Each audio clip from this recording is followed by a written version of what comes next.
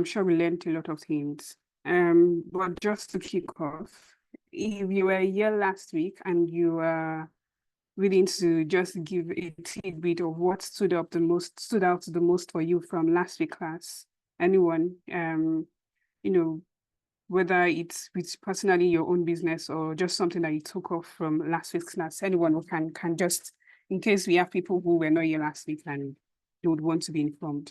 So I would want one person or two people to just give us a rundown of what stood out for them the most from our last lecture, last week's one, on then the business model canvas. I want to believe everyone learned one or two things. So I would just randomly call, or you can raise your hands. You can raise your hands and then I'll just call anyone. If nobody raises their hands, I probably will just speak randomly, but I would want us to volunteer by ourselves on what stood out for you from last week's lecture, please. Amarachi, do you have one or two things that stood out from you from last week's lecture? Amarachi, Anne. Hello. Hello, good morning. Morning. Yeah. Sorry, what was the topic again for last season? Don't mind me. Yeah, no, well, business model canvas. Okay, the business model canvas. Yes. Okay, I think he showed us the business model canvas, the customer segmentation. What again, self? He showed us the diagram, then I think that's what I can remember for now. Thank you very much. Thank you. So that's precisely what was spoken of. And then I know that you were taught about building blocks for your business model Canva, how to pitch your business, how to prepare your slides. I think one of You's business was used as like a practical session on how you can build your own business model Canva for your business personally. Is there anyone who wants to contribute a lesson that stood out for you, something that you took home from last week's session?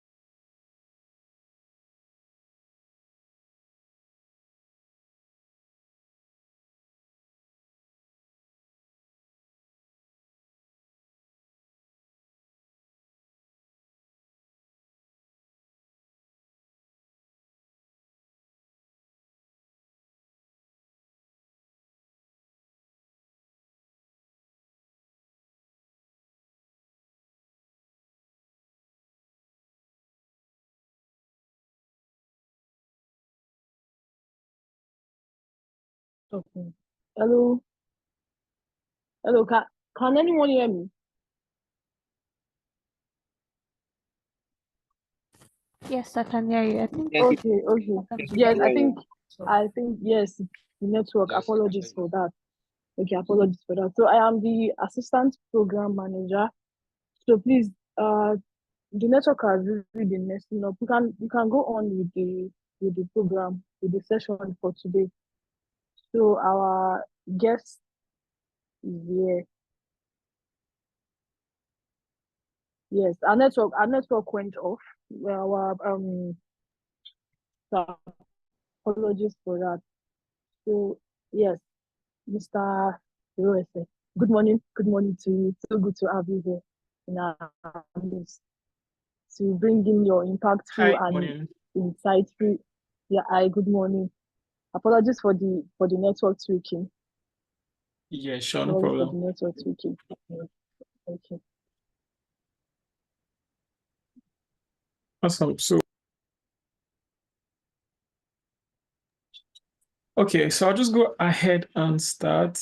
My name is Irose Apuri, and I am primarily a growth strategist. I have core skills in growth marketing, content marketing, copywriting, and general growth strategy, especially for tech startups. However, I also consult for growth-focused businesses as well. I was the growth lead at Norbase up until last month when I resigned. I currently lead growth and I'm the CEO at the Content Advocates, which is my growth marketing company. And our target audience is pretty much anybody who takes growth seriously.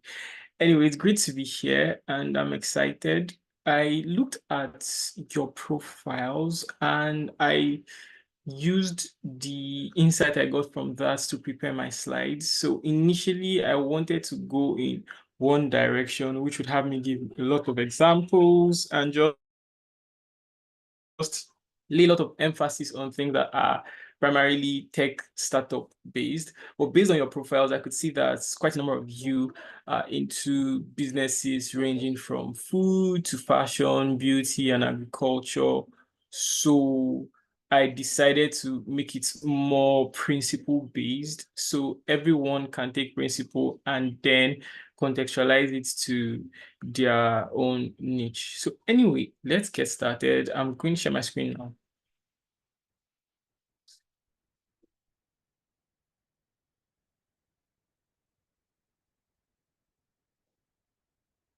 Kindly let me know if you can see my screen. Yes, we can. Yes. Yes, we can. Awesome. Okay, so let's begin. This is our outline. I would talk about what growth is, the pillars of growth, and then some more interesting stuff. And then I'll put it all together and try to make sense of it in the context of everyone's businesses. So as an overview, growth in its most rudimentary form as a definition is increase. So increase in any kind, but what kind of increase matters to a business differs depending on the business model, the business strategy, and then the growth stage of the business. So I said here that in the context of running a business, growth is an increase in revenue-oriented metrics, and these metrics differ depending on your growth stage and business model. So the thing about revenue-oriented metrics is that, for instance, a startup today that maybe creates email marketing software to help automate newsletters and general marketing emails might see growth as the number of daily active users, new signups a day, and then maybe paid users. That is because usually platforms like this do a freemium model, which is they have a free pricing tier, and then if you want more features, you pay. So for them, growth might be the amount of people per week or per month that move from the free tier to the paid tier, the amount of daily active users, and then the amount of emails people send per day. Whereas for a multinational, like let's say a tech giant, let me just use something like Meta, growth might mean the amount of new companies that they acquire per year, because to them, increase in daily active users is negligible because they already are the epicenter of attention.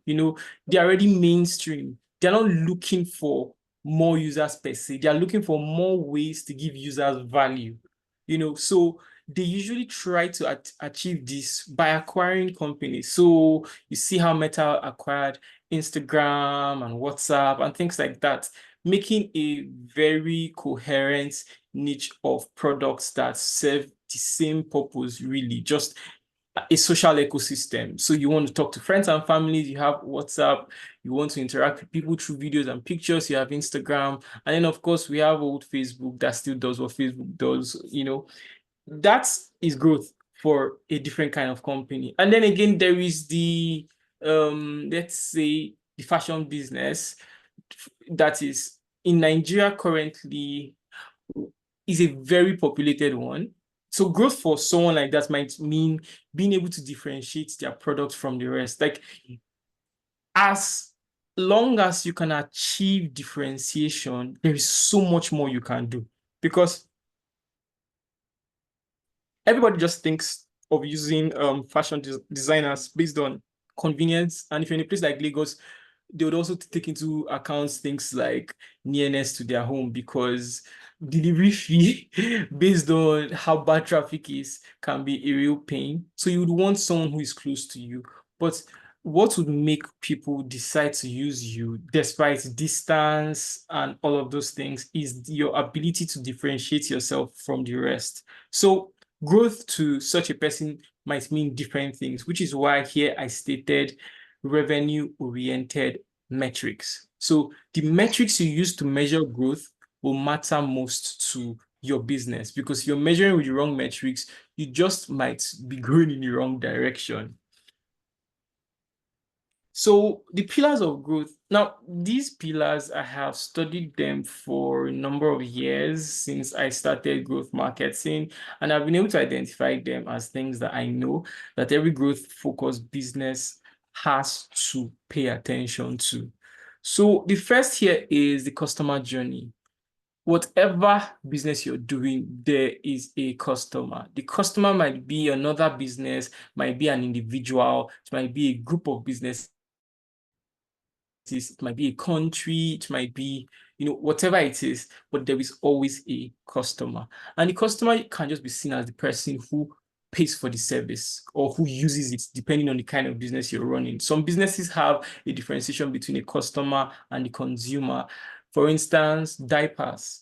The consumers of diapers are babies, but the customers are parents and guardians generally, because babies can never pay for this service, but they are the ones who primarily use it. So if you sold diapers, for instance, you would need to understand first, for the product utility, what babies need, and then for sales purposes, you would need to also understand how parents think about quality products. So your marketing is not going to be to babies.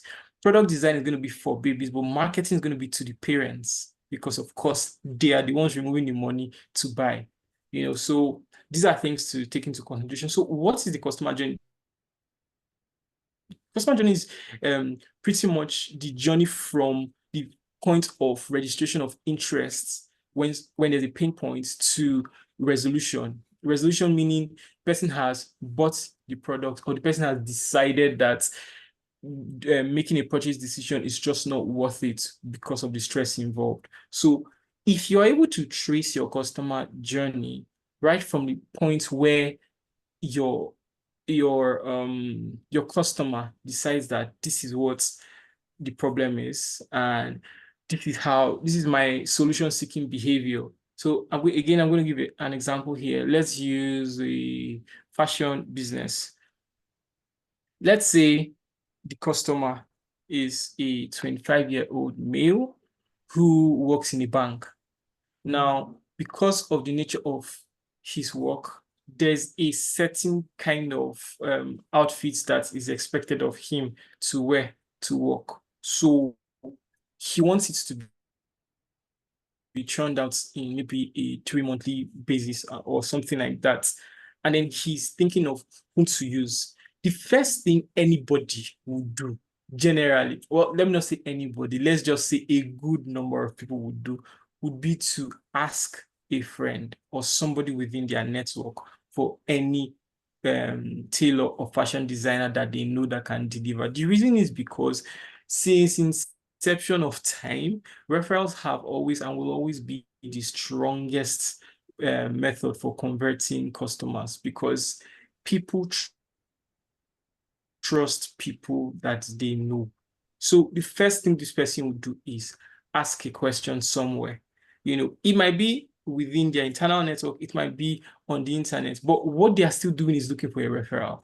Because if I'm asking on Instagram, tailor near me, I'm still looking for people. I'm still hoping that Instagram is going to pop up tailors near me. Like, it's still, in a sense, a referral. So if you're able to look at it from this perspective, you can break it down in your mind and say, okay, so if I'm a tailor and I'm trying to position myself, I have to position myself based on, one, how best can I be in that person's referral network? So the referral network would mean something like, does this person decide to seek for help on the internet first, or does this person seek for help amongst their friends and family? Am I able to create maybe content or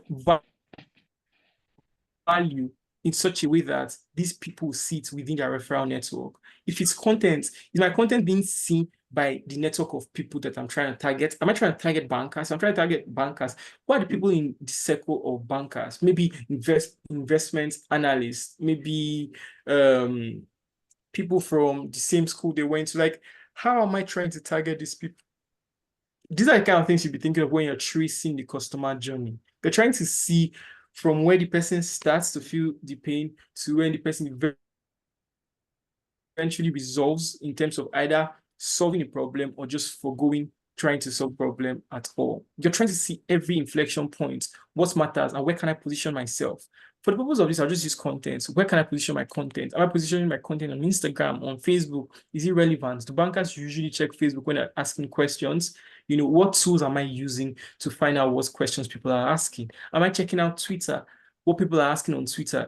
On Twitter, there's a specialized search you can do if you're searching on your laptop or computer, where you search, I think it's called advanced search. You can search for specific keywords across specific dates and times, even up to, I think, a specific categories of people as well. So with that, you can answer questions about your customer and know, okay, this is the level of interest these customers have on this particular kind of product, and this is where they seek help whenever they have problems with maybe clothing or this or that, or whatever it is your business is. So I'm going to go over this again when I'm rounding off, but let me just go to the next points. Pain points. Pain points are, as the name implies, the points of pain of your customers. So again, every business has pain points for customers. If you build your business around the three major pain points of your customers, honestly, I can say with a good level of confidence that you're home and dry. The reason is because customers cannot keep in their minds just how many things are wrong with them regarding maybe use of a product. It's just the top three they would remember. So if it's those top three things you've decided to focus on in terms of keywords, and let's say your content strategy, honestly, you'll be doing very well. So let's give an example of a tech company now, for instance. Let's say a company that creates reviews for tech products. What are the top three pain points people have when they are seeking to buy a new device? One is reliability. Now, it doesn't matter how rich anybody is. People are thinking, is this thing best value for money? Meaning, if I'm removing 200,000 naira to buy this, is it going to serve me more than a product I'll be removing 300,000 naira to buy? Everybody's thinking of best value for money. So that's one pain point. Another thing people are thinking of is how it looks. And that's why iPhones are such a thing, because everybody cares about how people look at them and how the product they're using looks. So you'd also want to address that pain point, how it looks, how does it make them feel?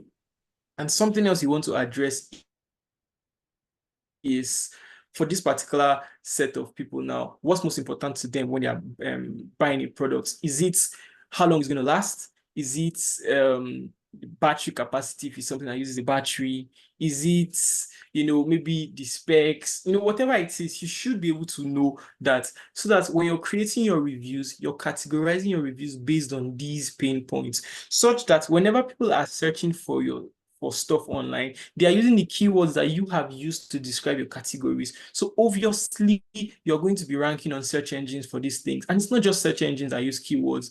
Online forums, communities, everybody uses keywords. So let's say someone goes to search on a community like maybe HackerNode,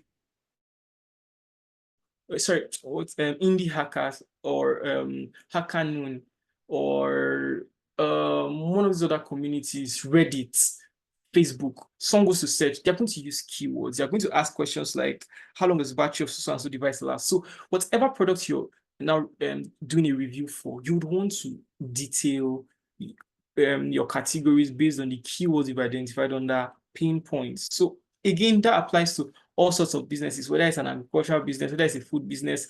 If somebody wants to order a particular kind of food, there's certain things they're thinking of. One is price. Is this thing going to be cheaper for me to make at home, or is it going to be cheaper for me to order? And the thing is that for most things, it might be cheaper to order if it's a one-off thing. But if you're going to make the food more than once, it might be cheaper to just buy. But you're not going to solve that problem of whether it's going to be cheaper. What you're going to solve is making the person feel good about making the decision to order from you. Meaning that you have to now take their mind away from just ordering from you and take their mind to why there is so much value. Things like convenience. You don't have to go to the stress of making the food, meaning that you can free up more time to do other useful activities and just have your food arrive in your home hot and ready to eat. Like, there are other things you now lean heavily on because you understand the pain points of those customers. So this is how important pain points are to any business model, even if it's a B2B product. Let's say you're selling SaaS software. SaaS is software as a service, software that does that helps with accounting and bookkeeping, for instance, to companies. These companies have maybe in-house accountants already. So why would they want to use your product? The answer is simple. Because it saves the in-house accountant more time and enables the in-house accountant to do more beneficial tasks to the company. But they don't all know this. So it's your job to convince them of the better things their in-house accountants can do for them when they are using your product. So you now do the research and say, an in-house accountant can do more than just bookkeeping and this. Such a person can do this. What you're doing is giving value to both the person who is going to use the product, which is the in-house accountant, and the CEO. Because CEOs will be concerned, is my accountant going to lose his or her job, especially if the person is a very great staff. The accountant himself or herself is also going to be concerned, is this product going to make me obsolete?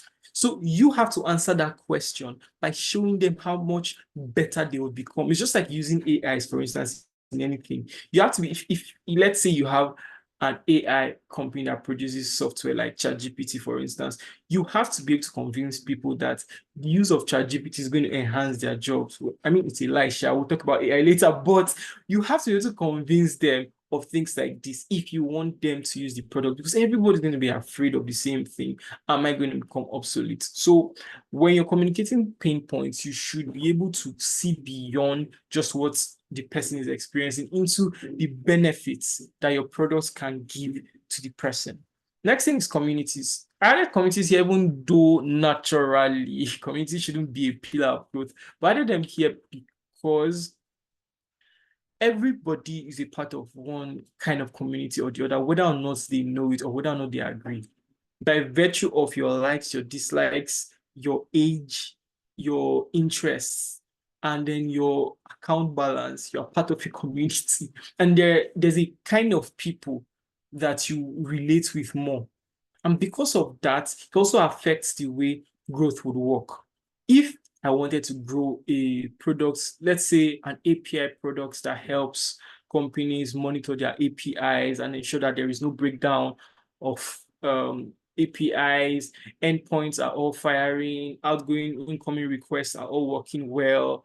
if I'm doing such a product, for instance, now I would want to go to communities where developers are talking about such problems, Reddit communities where they're talking about it, indie hackers where they're talking about it, Facebook communities where they're talking about it, maybe dev.to as well. I would want to go to these communities and talk about my product as well, talk about the problems that my product is solving and things like that.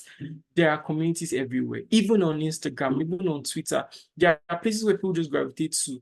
And if you see communities in a narrow mind, you might think you have to find a group of people in a particular group, like maybe a WhatsApp group, for it to be a community, but not really. A community is just a group of people with shared interests. So if you go on Instagram, check out the kind of people who are following a particular type of influencer.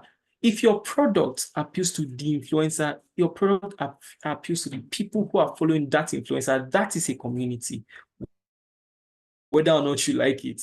So it is important to understand that's how communities are formed. So if you want to do your product, you don't necessarily have to use the influencer marketing angle, but you can go to the influencers' followers and check their followers and maybe even do direct messages to them. Because these kind of people following this kind of influencer would obviously be your kind of audience. So that's how you leverage communities. You want to launch a product, and communities are most important when you're launching products. You want to launch a product in a community of people that appreciate what you're doing, that have a high risk appetite, that have a high need for your product before you now expand.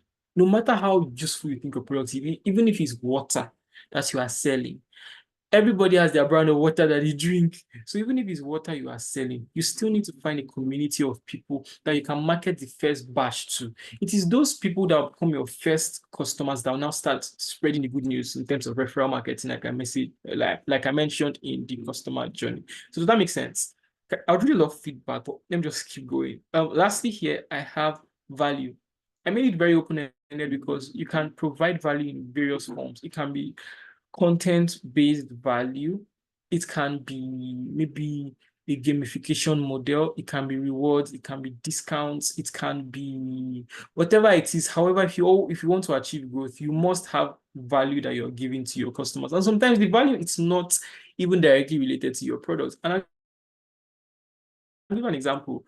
This tire company, Michelin, at some points when it's launched, they needed customers, but at that time, people were not driving far enough. And if you're not driving far enough, your tires are not going to get worn out. If your tires are not getting worn out, you don't need to buy new tires. So these guys needed a way to first make people understand that they need to drive far. And secondly, make people understand that if they're driving far and their tires are getting worn out, they need to use Michelin. So what did they start to do? They started with people who already had an appetite for driving. So they would go to restaurants and diners along major routes of travel, and then they would drop reviews of best restaurants, reviews of things, reviews of various things like that. So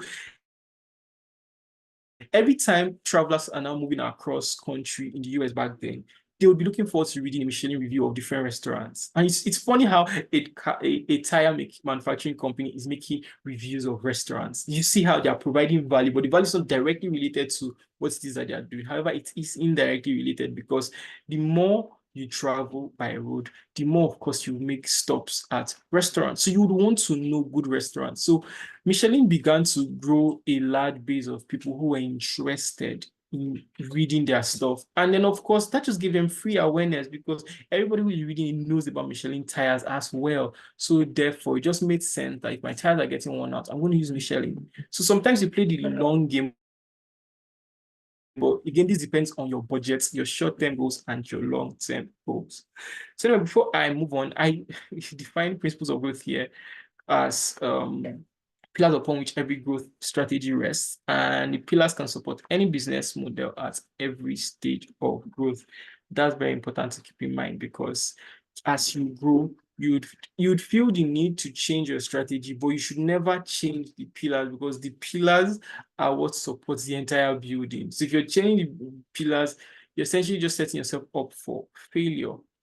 So the next thing here is the technology adoption life cycle. Whether or not it's a tech product you have, please, you need to pay attention to this. The technology adoption life cycle just describes the life cycle of adoption of any new product principally. Like this thing works for products that are not even technology based, because it's the same way every single time. At the first stage here, we have people called the innovators. The innovators are people who have a high risk appetite, who have enough money to try out new products, and who and generally they are a small group of people. Any product that is released is usually first adopted by innovators. Now, adoption is a very important word for me to describe. Adoption doesn't mean that people are using your product. Adoption means that they have begun to use your product as a solution to a pain point that they had.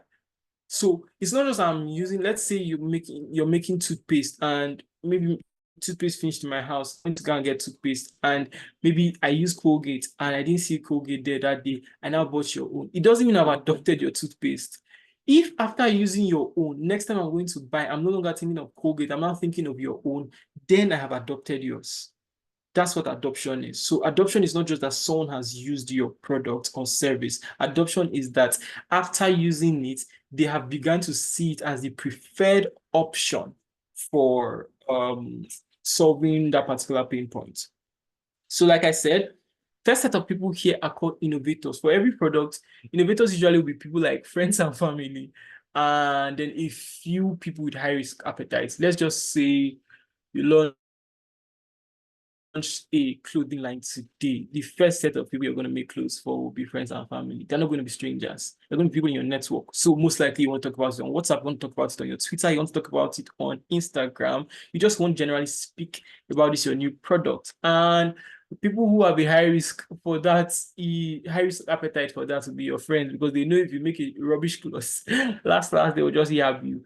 But it works both ways, in the sense that it helps you as well, because your product is still in a very early stage.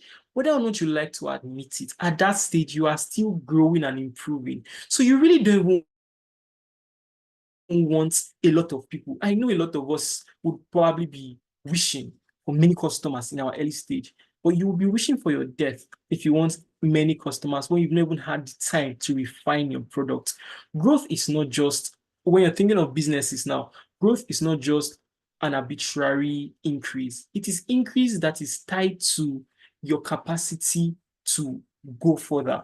Like if you don't have the capacity to carry the demand for your product or service, then it's really not growth, it's just chaos. So you have to understand that. Please don't grow faster than your capacity to solve the demand problem. So anyway, I was talking about innovators, and I said how that the first set of people, and they help you a lot, because these people, you can get feedback from them. You can ask them a lot of questions that normally customers will not want to answer. Ask them questions, get feedback. Did I do this stitch well? If it's a fashion stuff, or if it's in a food business, was this food made to your taste? Is there anything you would rather have seen? When you're asking these questions, don't just take all the feedback like things you should improve upon. Take it with context of the person that you're asking. So this person is answering you that and saying you should add more spices, so and so food. Where's the person from? It's possible that the person's tribe, they love a lot of pepper. So you will not take that on as genuine feedback and say, I'm going to add more pepper to all my foods. You have to take it with the context of whoever is giving your feedback, which is why, again, I said this audience is very important, because there is a set of people you can speak to, because they are friends and family. You can actually ask them questions. And even those that are not friends and family, anybody who is willing to take the risk with your product in the early stage is usually willing to answer questions, honestly. And don't be too sensitive. If the person says something that seems insulting, don't take it to heart. Understand that it's a very early stage product and things like this will occur. Your own job there is just to take feedback and move on, because people will insult you, they will drag you in this very early stage. It's really not a big problem. You are using that feedback to improve your product. It's only people who have successfully used that feedback to improve their product that can move on to this next stage called the early adopters. The early adopters now are a group of people who are not friends and family, but they are also people with high risk appetites. These ones have a need for the products that you are selling, or for the service that you're offering, or for the problem you're solving. They have a need for it. They've used similar products before. the products they've used haven't satisfied them. Honestly, that's usually the case with these people. These people are usually unsatisfied customers of other brands. So your marketing strategy here is going to take into consideration the fact that these people are unsatisfied customers from other brands. So what that means is that you have to do competitor research to find out what other brands are doing wrong so that you solve it. You can never really maximize your early adopter audience if you are not solving problems that other people still have. You have to be able to solve problems that your competitors are still facing. That's how you clinch the early adopter audience. Please take note of that. You have to solve problems that your competitors are still finding problems solving. And then you're able to get early adopters. Now, when anybody gets to this early adopter stage, they usually get this feeling that they have arrived. Please, dead that thoughts, you have not arrived, because the early adopters are quite many. Compared to the innovator audience, they are way more. They're like 100% more than the innovator audience. Let's say if you had 100 people in your innovator audience. For early adopters, you'd have, sorry, what did I say? 100%? No, I didn't mean 100%. I meant 10 times more, not 100% more. They're 10 times more. So let's say you have 100 people in your innovator audience. Your early adopter audience will be something like 1,000 people. That's actually how much more they are. And because they are that much more, you need to pay attention to what matters to them, because you don't want to lose them. If you make a mistake with this early adopter audience, there's a very high chance that your business is going to fail. In fact, I think up to 80% of businesses fail to cross this chasm from the early adopters to the early majority because of various problems. Problems like lack of funding, problems like failure to discern the true problems that their competitors are not solving, problems like a failure to see where demand for their product really is, problems like being a failure to get a place where your target audience is aggregated. There's so many problems that happen that make people unable to cross this chasm into the early majority audience. But please pay attention to the key points I made about early adopters. The fact that they have a high risk appetite. They're not necessarily your friends and family, but these people are unsatisfied because of the poor service or poor product of other brands. So it's your job to improve upon it. Early majority, by the time you reach the early majority, you can actually say you have arrived. Because at this point, the people who are choosing your products are people who are satisfied with other brands but prefer yours. Now, that's a bragging right. Yes, they were satisfied with other brands, but because of the kind of value, so this place is majorly value-based because of the kind of value. And no, it's not just value-based, it's also brand-based. And the brand name you now have, they are willing to leave the people that are already giving them customer satisfaction and come to you because your brand now has a name. You're now like an iPhone or a Samsung. At this point, you can see you've arrived because your name now speaks for itself. It doesn't mean you stop marketing, please. If you stop marketing, just like BlackBerry, you're going to become obsolete. So please, you don't stop marketing even when you have arrived. You pay attention to your marketing, you pay attention to everything that you need to do. But at this point, the kind of marketing activities and growth activities you want to be doing with things like brand sponsorship deals, because you want your name to be seen in more places. You want people to keep talking about it because there's a majority of people adopting. If I said that the audience at the early adopter stage is 10 times more than the innovator audience, the audience in the early majority is like 100 to 1,000 times more than the audience in the early adopter, because at this point, people are flocking to your product or service because they feel like you have things that are better. You don't even need to convince them much. So your marketing activity should be to reinforce people's biases, people's thoughts towards your product, which will now bring us to the late majority. By the virtue of the activities of reinforcement you do in your early majority, you now get the late majority of people. The late majority of people are people who start to use your product because all their friends are using your products. They don't have a choice. Like, I'm getting an iPhone because maybe my girlfriend is using an iPhone. I'm getting this because this person is using it.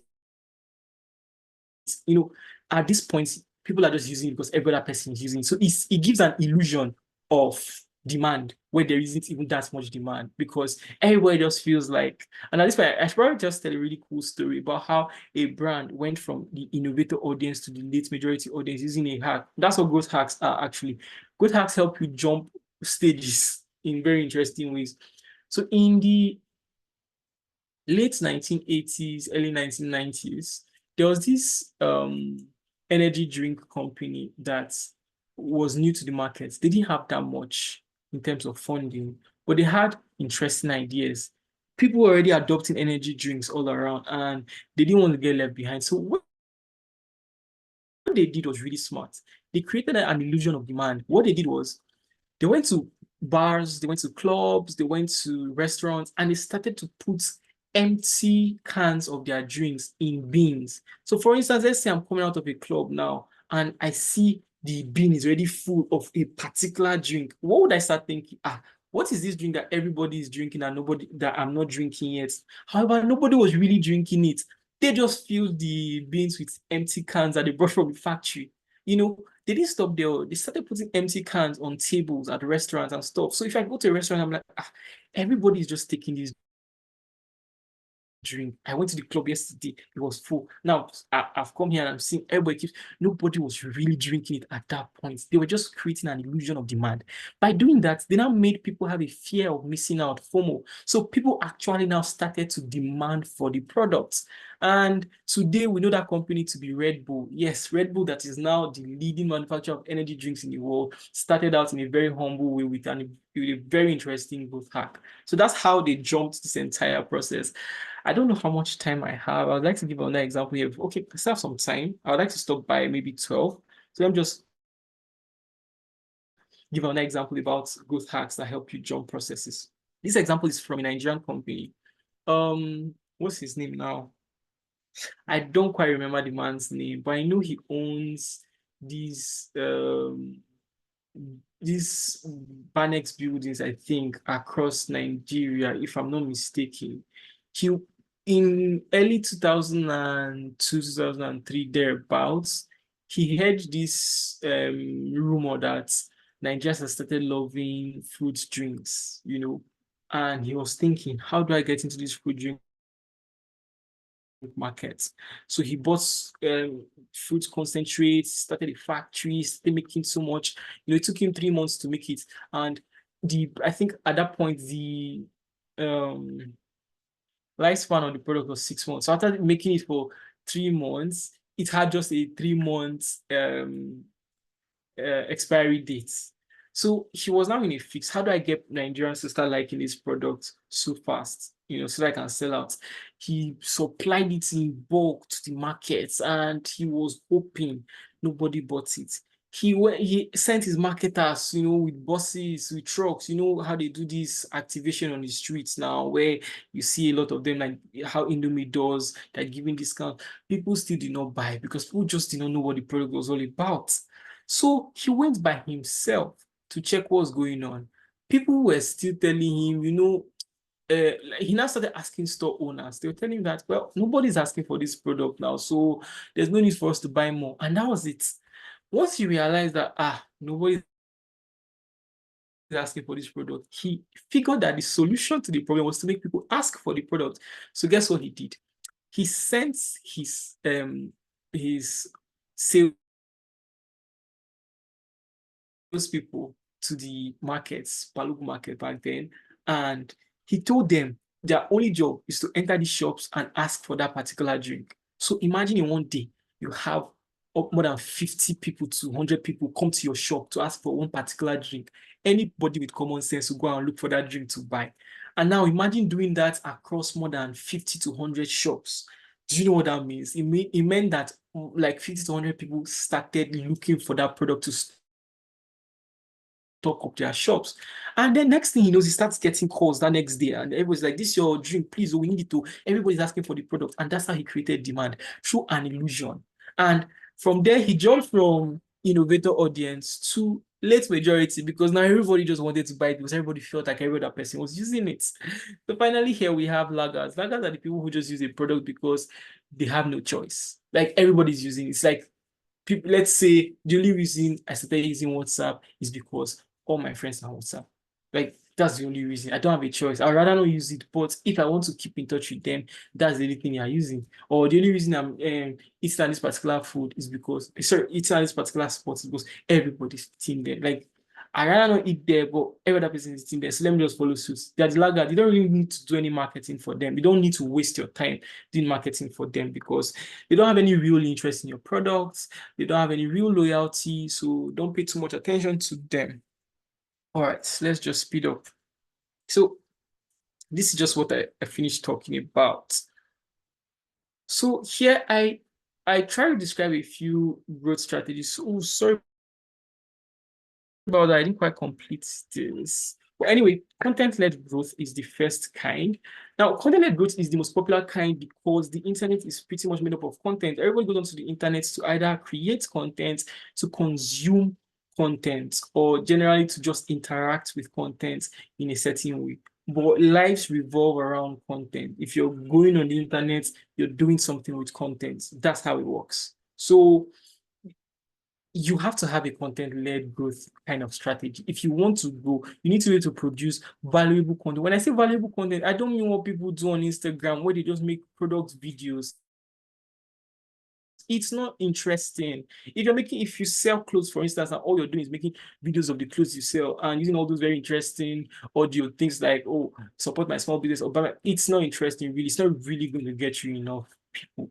However, what people will find more interesting and more valuable and would help differentiate you from other people is if, for instance, you sold clothes online and what you're doing is telling them about the different kinds of fabrics. Because Nigerians don't know so. It's not even Nigerians, generally around the world. You tell them about the kind of fabrics that should be machine washed, the kind that should be hand washed, the kind of detergent you use for certain clothes, and the kind of soap used for other clothes, the kind of iron temperature used for this, and then the temperature used for this, the clothes that need steam, and the clothes that need actual pressing iron. You know, these are the kind of things that actually make people to start saving your posts. They start saving your posts. They start looking forward to the next post. They start sharing your posts with other people. It's spreading awareness because you're giving them value. You're not just coming off as buy my stuff, buy my stuff, buy my stuff, but you're giving them video content that is changing their lives, that is adding value to them. The same goes for newsletters. Anybody who runs a newsletter here should have that at the back of their mind.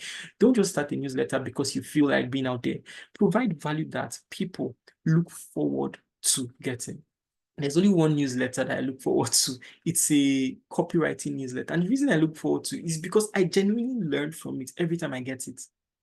Anytime I see the email, I just open my phone. I'm like, I need to check out what this guy is saying today because I'm going to learn a thing or two. That's how your content should be across the internet. If nobody is learning or getting better, what do you think will make them remember you or come back to you or share your content? Your content has to be shareable. If it's just interesting and funny, they'll share it, yeah, but then it will die down. However, if you're giving me value, like the example I give of clothes, I know every day I check your page, I'm going to learn one new thing about taking care of my clothes, or maybe about how to combine various outfits with different shoes, or in different weather, or in different climates, or whatever it is. Like, it's giving me value, so I know what to do. And then here, next thing is product-led growth. Product-led growth is you using the features of your products to market to people. So, for instance, you do software, you do an accounting software, like I gave an example. If you offer a discount for everybody that refers a customer, that's product-led growth. You're using the product itself to grow the product. It's still part of marketing. Please take note, it's still part of marketing, but it's a product kind of marketing. It's what you call product marketing. So you're using the features of the product to market the product, but you're still going to create content for product-led growth because you need people to understand the value of the discount, not just be aware of the discount. Because if you just told me you're giving me a discount, if I'm not interested in the program, I'm still not interested in your discount. But if you told me how valuable that discount is, as opposed to doing the same things elsewhere without a discount, then I know why I should use your product. So that's how product-led growth generally works. And lastly, here I have sales and partnerships.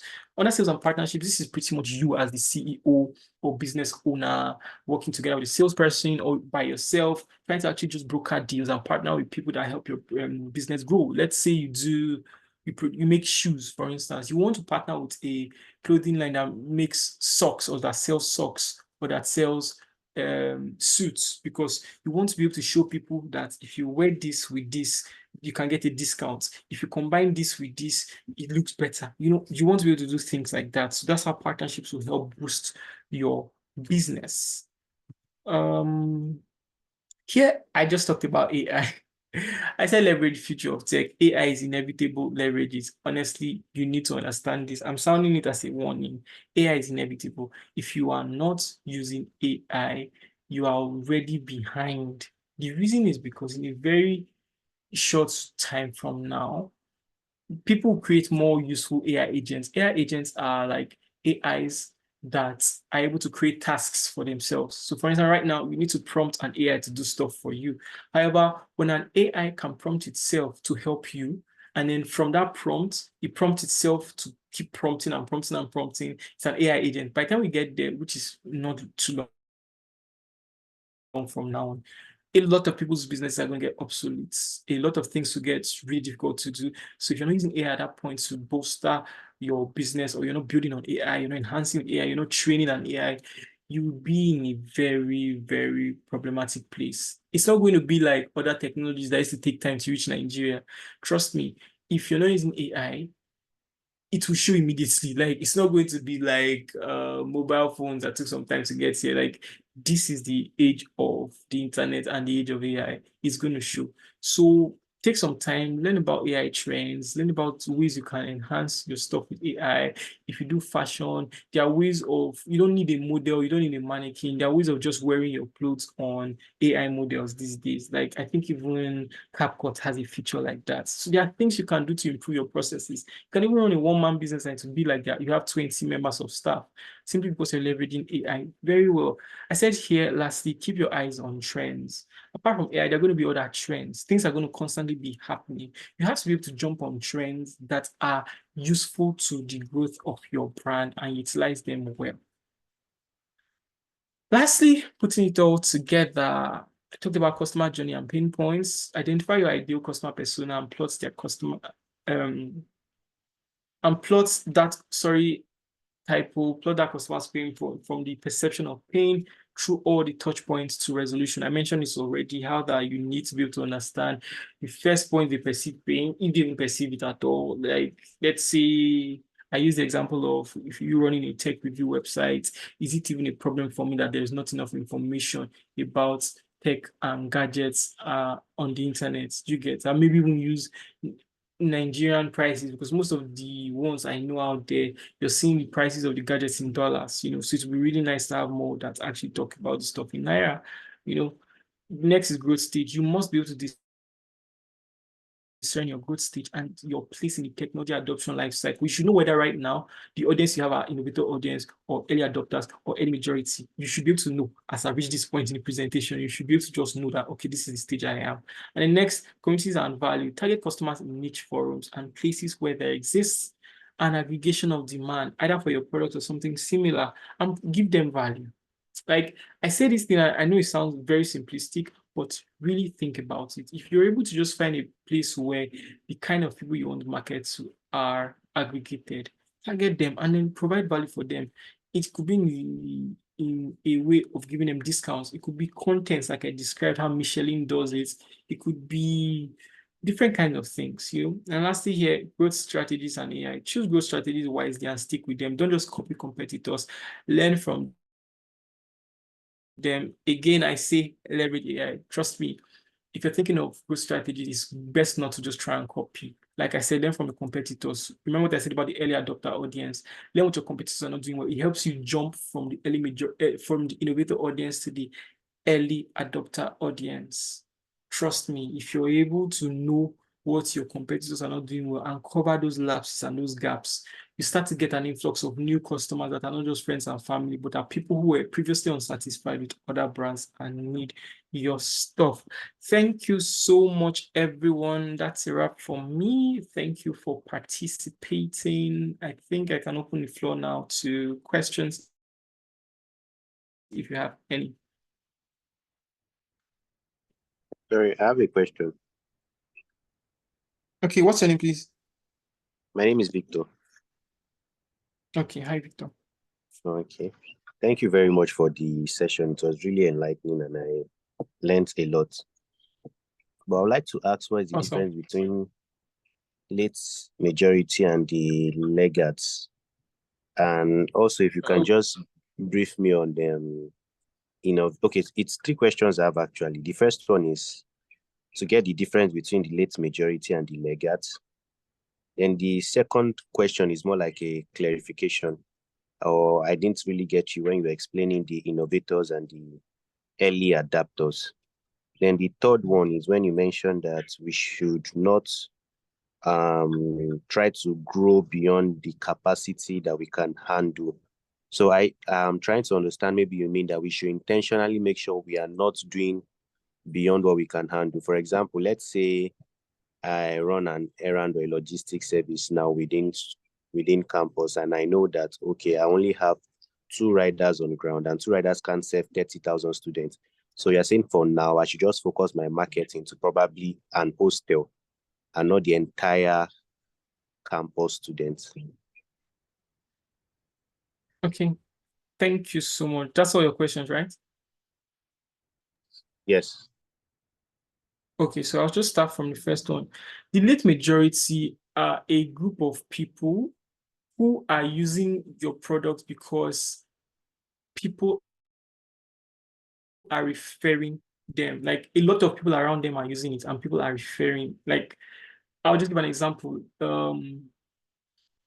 Trying to think of a product that I can particularly give an example for late majority. Let's see.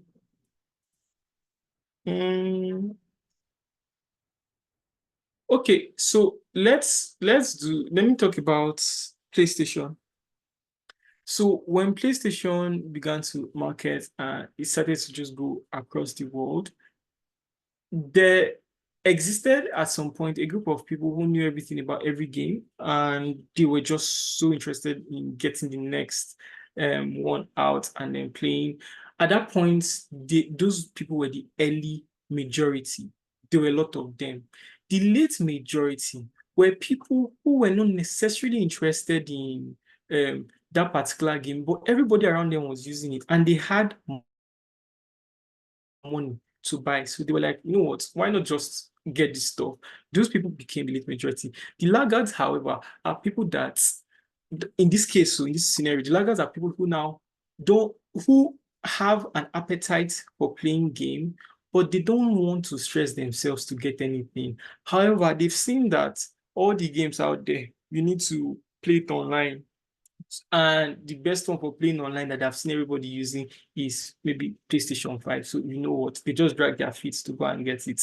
They're not people you want to spend your time on. You actually would prefer staying with the early majority and the late majority, because the late majority, for instance, they actually have a genuine interest. It's just that they picked up on the trend later than other people. But there is a genuine interest. They just picked up on the trend later than other people. The laggards, they never pick up on the trend. They just don't have a choice. Like, if they want to do that activity, your product is the one that everybody that they know is using. So it's not really like a choice for them. They don't prefer you. They just see you as top of mind. It's like how products can, brand names can become entire industry names. Like Fleet, for instance. Fleet was the name of an insecticide, but in Nigeria today, everybody just calls insecticides Fleet. So at that time when Fleet was reigning, anybody who wanted to use an insecticide after years and years of someone trying to convince them and tell them that, look, malaria is doing this, down, and just finally decided to use it, would be a laggard, because they just had to use Fleet because everybody's using Fleet and they just need to get rid of this mosquito problem. However, the late majority will be people that knew that there was a problem, but they did not pick up on the use of Fleet early, but they knew that they needed to use an insecticide. So when they saw Fleet, they're really excited because they knew they've heard people talking about Fleet. They just picked up on it and then they used it. That's the difference. Innovators and early adopters. Innovators are pretty much people with high risk appetite and have a lot of money to try out. I can call myself an innovator for tech products. I've lost a lot of money on all these Nigerian fintech apps because I have a high risk appetite. I like to try them out. Once I just see a new app out, I try. And the reason is because I try to be on top of these trends so I can recommend to people. because I try to be a thought leader. So the only way that's possible is if I'm putting myself out there, I'm putting my neck on the line. So I remember I used I will not mention her name, but I used a particular fintech app at some points that has now closed down, and that app showed me a lot of shege. I even had to call out the founder online and a few things and stuff. At that point, I was an innovator because I started using that product when nobody even knew about the product. Like my friend who recommended the product was friends with the founder. So like that's how few the customers were when I started using it. Like it was based on friend or founder referring the product because they didn't even have that many people using it. So that's the innovator audience. The early adopters, on the other hand, will be people who genuinely just find out the information about this product from the innovators. So people like me now who are thought leaders who speak about these products, and then people who follow me to know what's new in that industry will find out and be like, whoa, there's this new product, and then they begin to use it. They are early adopters. They use it, but they have a genuine need to use it. And like I said, they were unsatisfied somewhere else. That's one major thing that you have to know about early adopters. Innovators were not necessarily unsatisfied. In fact, innovators can have 200 products that are doing the same thing. They just like to try out stuff. But early adopters were probably unsatisfied somewhere else. So that's that. Lastly, go beyond what you can handle. Yes, the example you gave is pretty much accurate. And again, I'll give an example from this same fintech that's closed down. They ran ads like mad to the point where they had too many people that their infrastructure could not handle, both their tech infrastructure and their customer service. So it was not like they were genuinely ignoring customer complaints, whereas they weren't. They just didn't have enough hands. But how did they get there? They invested in ads without investing in product development and customer service, which was very wrong. If they didn't have the capacity to do both, they should have invested in customer service first as a priority. Trust me, awareness is not that important if the people that are getting aware are being treated wrongly, are being unsatisfied, are complaining. You're killing your product. You think you're growing, but the more complaints you have, the less likely the next person is to use your product. Because at that point, I became one of the people who started championing the boycotting of that product because I had seen so much problems with the product. So that's what happens when you try to grow beyond your capacity to handle the level of growth. Just try and pay. See, money is always limited. You can never have unlimited money. If not, everybody will do everything. Money is always limited. So try and prioritize things you can handle. If you want to grow from 3,000 to 30,000 customers, first build the infrastructure that can hold 30,000 customers before you push out the growth campaign. If you push out the growth campaign before the infrastructure, the people will come in, but what they will meet to be an unprepared house, and it will crumble. I hope I've been able to answer your questions. Yeah, thank you very much. You answered them really, I don't know how to put it now, but I Awesome. really understand now. Thank you very much. Awesome. Any more questions?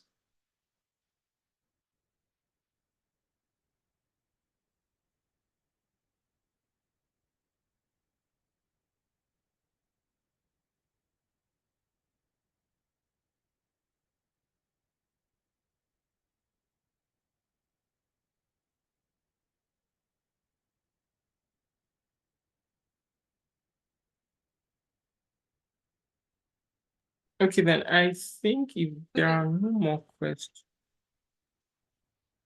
if someone wants to say something. No, still asking if other people have questions, so I'm asked. Okay, so in the absence of any question, thank you very much for this session. We've learned a lot how to grow a customer base, understanding pain points. We are grateful. So your handle for anyone that might want to still reach out to you after these lectures and maybe still have questions that they can ask on here. Okay, I would say the best place to reach out to me would be LinkedIn. Irose Apori, that's IRHOSE. Sorry, let me just type it. Okay. Yeah.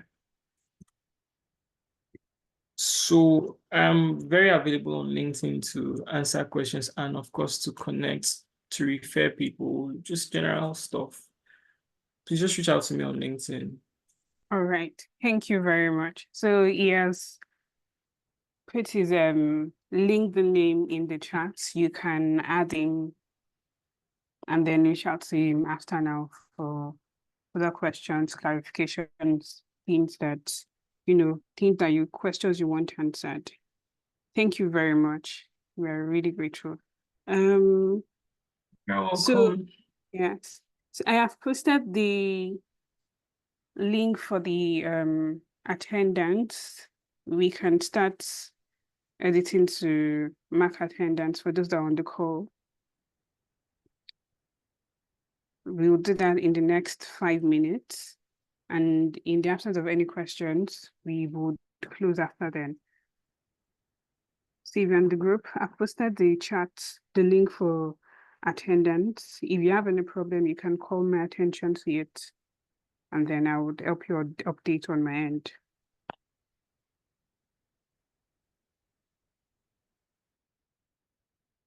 Can't see the. Hello, you said what?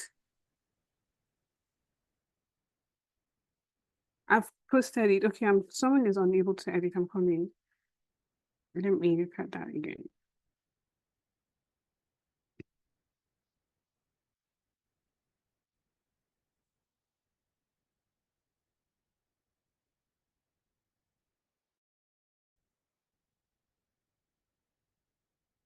So unable to edit. Adewale. Okay, sorry. Let me make some changes. Sorry.